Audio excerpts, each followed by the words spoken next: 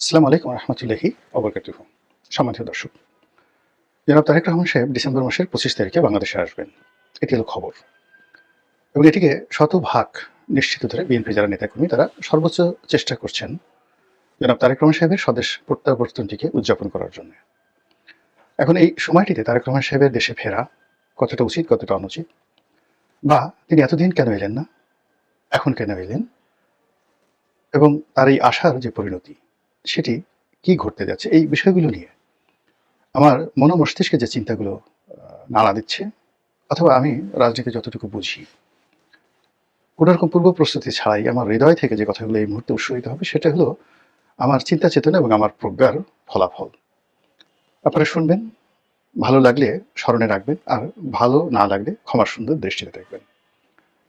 প্রথমত, আমি সেই গত 14 মাস থেকে, একবার ফার্স্ট ডে থেকে আমার কাছে মনে হয়েছে যে 8 তারিখে, ডিসেম্বর মাস নয়, ঠিক জুলাই মাসের যে বিপ্লব, জুলাই আগস্টের যে বিপ্লব, যেটি 5ই আগস্টে পূর্ণতা পেল এবং সরকার যেদিন গঠিত হলো ডক্টর মোহাম্মদ ইউনূসের নেতৃত্বে, তার আগের দিন পর্যন্ত জামাত এবং বিএনপির হাতে পর্যাপ্ত সুযোগ ছিল, সুবিধা ছিল। তারা সেই অপরচুনিটিটা হারিয়েছে, নষ্ট করেছে। অর্থাৎ আগস্টের 5 তারিখ, 6 তারিখ, 7 তারিখ, 8 তারিখ বিএনপি এবং জামাতের যা করণীয় ছিল সেটি তারা করেনি।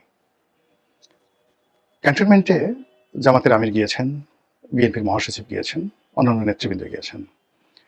তারা ইচ্ছা করলে আরও একদিন পরে যেতে পারতেন এবং সেখানে রাজনৈতিক নেতৃবৃন্দ যারা আছেন, ইনক্লুডিং জনাব তারেক রহমান সাহেব সহ, সম্মিলিতভাবে যদি তারা একত্রে বসতে পারতেন, বিশেষ করে এখানে দুটো পক্ষ, বিএনপি এবং জামাত, তারা যদি একত্রে বসতেন এবং কিছু ইসলামী সংগঠন যারা আছেন, যারা যথেষ্ট স্যাক্রিফাইস করেছেন, তারা যদি বসতেন, তাহলে একদিন ডিলে হলেও তুলনামূলকভাবে এখন যা কিছু ঘটছে তার চেয়ে পরিস্থিতি ভালো হতো। এবং যখন তারা এই কাজটি না করে সেনাপ্রধানের আহ্বানে সেখানে গেলেন এবং ঠিক একটা জগা খিচুড়ি সরকার গঠিত হলো। সেখানে সেনাবাহিনীর ডিজায়ার ছিল, বিএনপির ডিজায়ার ছিল, জামাতের ডিজায়ার ছিল, ডক্টর মোহাম্মদ ইউনূসের ডিজায়ার ছিল, এনসিপির ডিজায়ার ছিল। এই বিষয়গুলো তারা করা হয়নি। 2 নম্বর হলো যে বিএনপি এবং জামাত তারা রাজনীতির মুরব্বী, তারা কোনো অবস্থাতেই রাজনীতির এই বিষয়াদি নিয়ে তাদের যে পারস্পরিক যে আলোচনা, পলিটিক্যাল ডিসিশন, সেই ডিসিশনে এনসিপিকে বা বৈষম্য বিরোধী ছাত্র আন্দোলনে যারা নেতৃবৃন্দ রয়েছেন তাদের সঙ্গে বৈঠক করাটাই তাদের ঠিক হয়নি, উচিত হয়নি। তারা আমাদের সন্তানসমূহ, আমরা যে কোনো ব্যাপারে একটা সিদ্ধান্ত নেব এবং তাদের কল্যাণের জন্য আমাদের যে সিদ্ধান্ত, সেই সিদ্ধান্তটাই তাদেরকে জানিয়ে দেওয়া উচিত ছিল, যেভাবে নেপালে ঘটেছে। এই 3টি ভুলের কারণে প্রথম দিন থেকে, সরকারের প্রথম দিন থেকে আজকের দিন পর্যন্ত একটার পর একটা অনাসৃষ্টি ঘটে গেছে। এবং এই কথাগুলো দেখবেন যে আমার একটা কনসিস্টেন্সি রয়েছে, ধারাবাহিকতা রয়েছে। এবং এই কারণে কি হলো, দেখুন, আগস্ট মাসের 5 তারিখ পর্যন্ত 2024 বিএনপির সঙ্গে আমার বা জামাতের সঙ্গে আমার যে সখ্যতা ছিল, ঘনিষ্ঠতা ছিল, আমি 5 তারিখের পর থেকে ধীরে ধীরে ধীরে ধীরে তাদের যে সংস্রব, এর থেকে নিজেকে আলাদা করে একজন স্বতন্ত্র মানুষ হিসেবে, একজন আলোচক হিসেবে, রাজনৈতিক বিশ্লেষক হিসেবে নিজেকে তুলে ধরার চেষ্টা করেছি, দলীয় বৃত্তের বাইরে গিয়ে। এবং ওই দিনই ডিসেম্বর মাসের 6 তারিখে আমি সিদ্ধান্ত নিয়েছি যে এইবারে নির্বাচন আমি করব না। বোঝার চেষ্টা করুন। তো কাজে আমি যে কথাগুলো বলছি সেই কথাগুলো ঠিক একই কথা কিন্তু আমি সেই 2014 সনে যখন নির্বাচন হলো তখন থেকে আওয়ামী লীগকে বলে আসছিলাম। তখন আমি আওয়ামী লীগ করতাম যে ইমিডিয়েটলি একটা ইনক্লুসিভ নির্বাচন দিয়ে দেন। এই নির্বাচনটিকে 3 মাসের দিকে যায়েন না, এটা একটা বিনা ভোটে নির্বাচন হয়ে গেছে, 15 দিনের মধ্যে এটা বাদ দিয়ে বিএনপিকে ইনক্লুড করে একটা তত্ত্বাবধায়ক সরকার গঠন করে নির্বাচন দিয়ে দেন। আর যদি না দেন, আপনাদের যত দিন যাবে, এমনকি 10 বছর পরে যদি আপনার পতন হয়, মানে তত 10 বছর পরে পতন হলে 10 বছর সময় লাগবে আপনাদের রিগেইন করতে। আর 15 দিন পরে যদি আপনারা ক্ষমতা হস্তান্তর করেন, তাহলে 15 দিনও লাগবে না আপনাদেরকে রিভাইভ করতে। তো সেইটা আমি 4 বছর ধরে আওয়ামী লীগের বিরুদ্ধে প্রচার করেছি। তো এই যে যখন এই সরকার এলো, তখন যেহেতু আমি পুরো সময়টা 2014 থেকে আওয়ামী লীগের রোষানলে, আর বিএনপিতে যোগদান করার পর 2018 সালের পর থেকে রীতিমতো আওয়ামী লীগের হিট লিস্টে। ফলে আওয়ামী লীগ অন্যান্য বিএনপির যে সকল রাজনৈতিক নেতৃবৃন্দ রয়েছেন তাদেরকে ক্ষয়ক্ষতি করার যে সকল চেষ্টা করেছে, প্রায় সবকিছুই আমার উপর করা হয়েছে। অন্যেরা আহাজারি করেছে, মিডিয়ার সামনে এসে বলেছে, কিন্তু আমি কথাগুলো বলিনি এবং বলবো না। এর কারণ হলো এগুলো অ্যাবজর্ব করার সক্ষমতা আল্লাহ আমাকে দিয়েছেন বলেই তারা এই কাজগুলো করতে পেরেছে। তো এটা, তারপর তারা আমাকে যে অত্যাচার করেছে, জুলুম করেছে, আল্লাহ যে তাদের সেই জুলুম অত্যাচারের প্রতিকূলে আমাকে বাঁচিয়ে রেখেছেন, এজন্য আমি শুকরিয়া আদায় করছি। আবার ধরুন এই সময়টিতে বিএনপি বা জামাতের সেই পুরো সেই 2018 থেকে একেবারে 2024 সন পর্যন্ত আমার যে এন্ট্রান্স ছিল, সংযোগ ছিল, তো আমি অন্যান্য যারা সুযোগ নিয়েছেন, এমন কোনো সুযোগ নাই যেটি আমার জন্য প্রযোজ্য ছিল না। সরকারে এখন যারা চালাচ্ছেন তাদের কাছ থেকে সুযোগ নিতে পারতাম, বিএনপির কাছ থেকে নিতে পারতাম, জামাতের কাছ থেকে নিতে পারতাম, অথবা যারা এই সময়টিতে সুযোগ বিতরণ করেছেন, আসলে জ্ঞান বুদ্ধি বা কোনো জায়গাতে আমার কাছে নিজেকে তাদের হীন মনে হয়নি কখনো। এই কথাটা বললাম এই কারণে যে তাদের অনুমতিও দরকার ছিল না। এই যে একটা অরাজক অবস্থার মধ্যে অন্যান্য যারা সুযোগ নিয়েছেন, আমি যদি একটু চেষ্টা করতাম বা ইচ্ছা করতাম, এই সুযোগ নেওয়া আমার জন্য কোনো বিষয় ছিল না। ২-৪টে ব্যাংক দখল করা, ২-৪টে টেলিভিশন দখল করা, ২-৪টে পত্রিকা অফিস দখল করা, তারপরে আওয়ামী লীগের ২-৪ দশজনকে সেফ এক্সিট দেওয়া, একটা ডিল হয়েছে। যারা সেফ এক্সিট দিয়েছেন শত শত কোটি টাকার ডিল হয়েছে। আওয়ামী মাইন্ডের যে সকল ব্যবসা প্রতিষ্ঠান রয়েছে, শত শত কোটি টাকার ডিল হয়েছে। এগুলো আমার জন্য কোনো ব্যাপারই ছিল না। আমি এই লাইনের মানুষ, সব মুখস্থ, সব জিনিসগুলো মুখস্থ। ফলে ৫ তারিখ সকালবেলা থেকে আমি চেষ্টা করলে কয়েক হাজার কোটি টাকার মালিক সহ মানে পদপদবী আমার জন্য কোনো ব্যাপার ছিল না। কাকপক্ষীয় টের পেত না। এখন চাঁদাবাজ হিসেবে, দখলবাজ হিসেবে যাদের নাম আসছে, আমি এই কাজ করলেও আমার নাম আসতো না। এর কারণ হলো আমি কৌশলগুলো জানি। তো এনিওয়ে, সেইগুলো বাদ দিয়ে আমি এই যে দেশের স্বার্থে, জনগণের স্বার্থে, আমার নিজের স্বার্থে সকল প্রলোভন থেকে, লোভ থেকে, লালসা থেকে নিজেকে নিবৃত রাখতে পেরেছি। এই জন্য আল্লাহর দরবারে শুকরিয়া, আল্লাহ আমাকে এই সুযোগ দিয়েছেন। আর ফলে এখন এই কথাগুলো আমি বলতে পারছি, যা বলছিলাম। তো তখন থেকে আমার কাছে মনে হয়েছে যে তারেক রহমান সাহেবের বাংলাদেশে ফেরত আসা সর্বোচ্চ এবং একমাত্র নিরাপদ যে সময়, সেটি ছিল আগস্ট মাস 2025 সালের 5 তারিখ থেকে 8 তারিখ পর্যন্ত। যেদিন সরকার গঠন হয়েছে সেই দিন আর ক্ষমতার লাটাই তারেক রহমান সাহেবের হাতে নেই। আর দিন যত গেছে এই বাংলার জমিন, রাজনীতি, আকাশ বাতাস সব কিছু তারেক রহমান সাহেবের জন্য বুমেরাং হয়ে গেছে।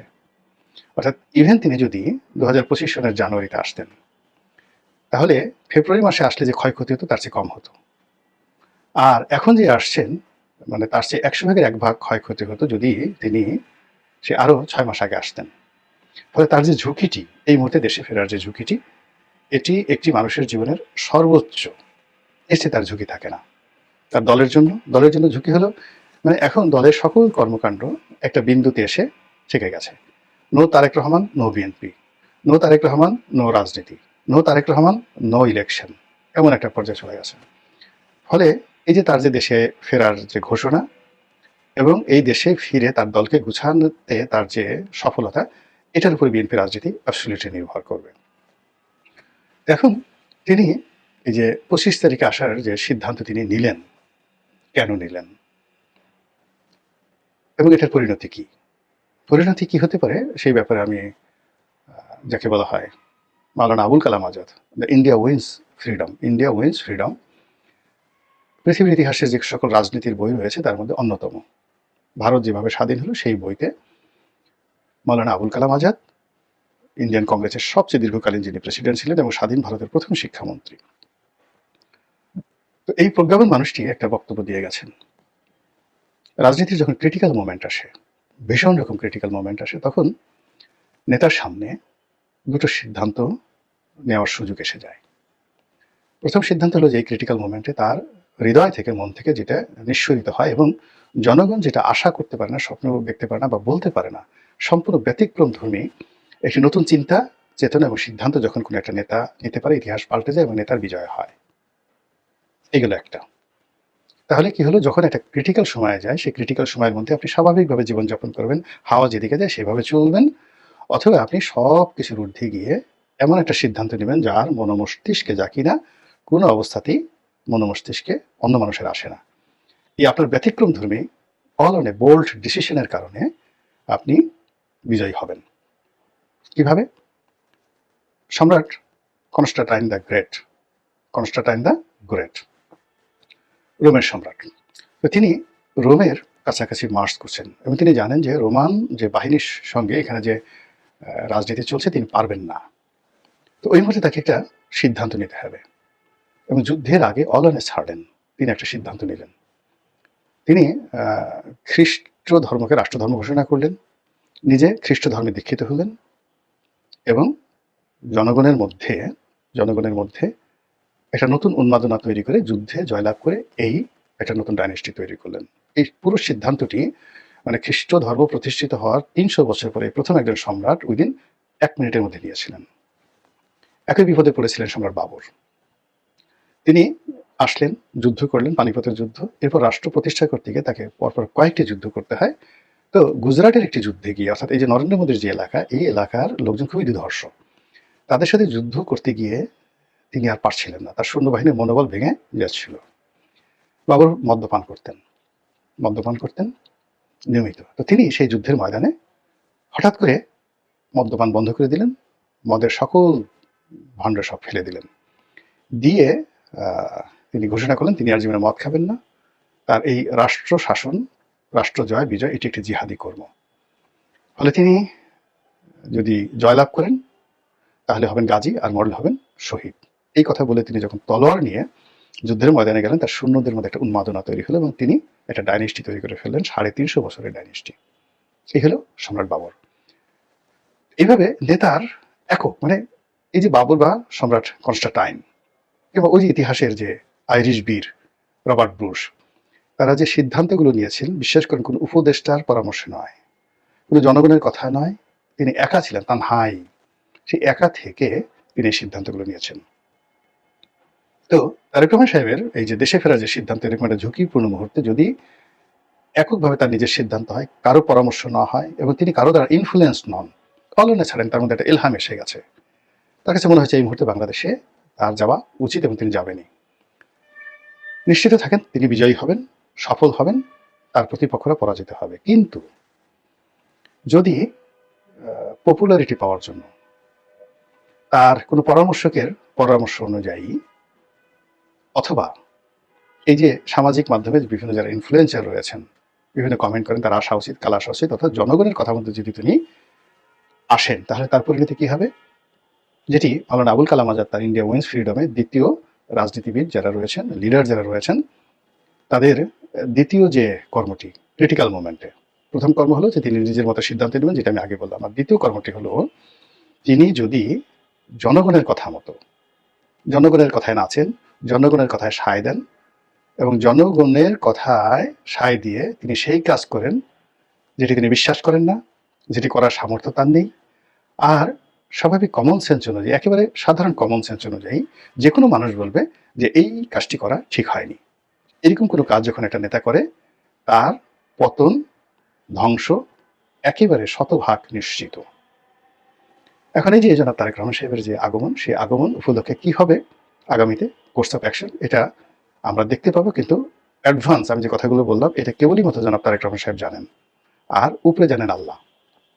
যদি দুনিয়ার পলিটিক্যাল সায়েন্স অনুযায়ী কোনো কিছু সেখানে সিদ্ধান্ত গৃহীত হয়, তাহলে ওই যে আমি বললাম এই যে অন্তরের কথা বা ঘটনা, এটা কেবলমাত্র তারেক রহমান সাহেব জানেন, আর জানেন তার মালিক আল্লাহ রাব্বুল আলামিন।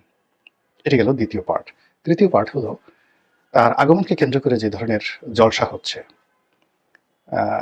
মানে সংবর্ধনার আয়োজন হচ্ছে, সাংবাদিকদেরকে ডাকা হচ্ছে, গানের আয়োজন, মানে তাকে সেলিব্রেট করার জন্য বিভিন্ন জায়গাতে সঙ্গীতের আয়োজন হচ্ছে, কনসার্ট হচ্ছে, এগুলো আমার কাছে ভালো লাগছে না। এগুলোর মধ্যে আমি অশনির সংকেত দেখতে পাচ্ছি। এর কারণ হলো, যখন কোনো কিছুর আগমন নিয়ে খুব বেশি অ্যাডভান্স উৎসাহ দেখানো হয়, উদ্দীপনা দেখানো হয়, তখন আল্লাহ আসলে বেজার হন।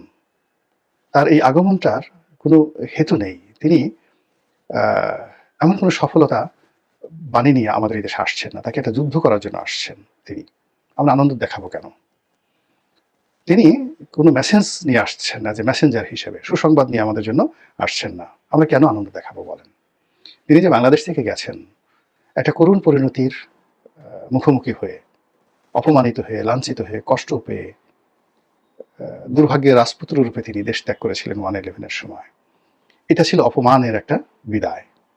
সেখান থেকে তিনি আবার যখন ফিরছেন, সেই ফেরাটার মধ্যে দল হিসেবে বিএনপি, ব্যক্তি হিসেবে তারেক রহমান সাহেবের আপনি সাকসেস রেশিওটা দেখেন।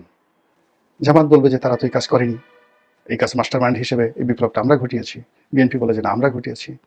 তো সব মিলিয়ে যেটা দিয়ে বিতর্ক আছে, যেটার পিছনে লিখিত ইতিহাস আছে, দলিল আছে, এবং সেই সকল দলিলের মধ্যে একটা সিঙ্গেল শব্দ পাবেন না যে শব্দের কারণে আপনি তাদের আগমনকে উপলক্ষ করে আনন্দ প্রকাশ করতে পারেন, উল্লাস করতে পারেন এবং জাতিকে বলতে পারেন তোমরা আনন্দ করো।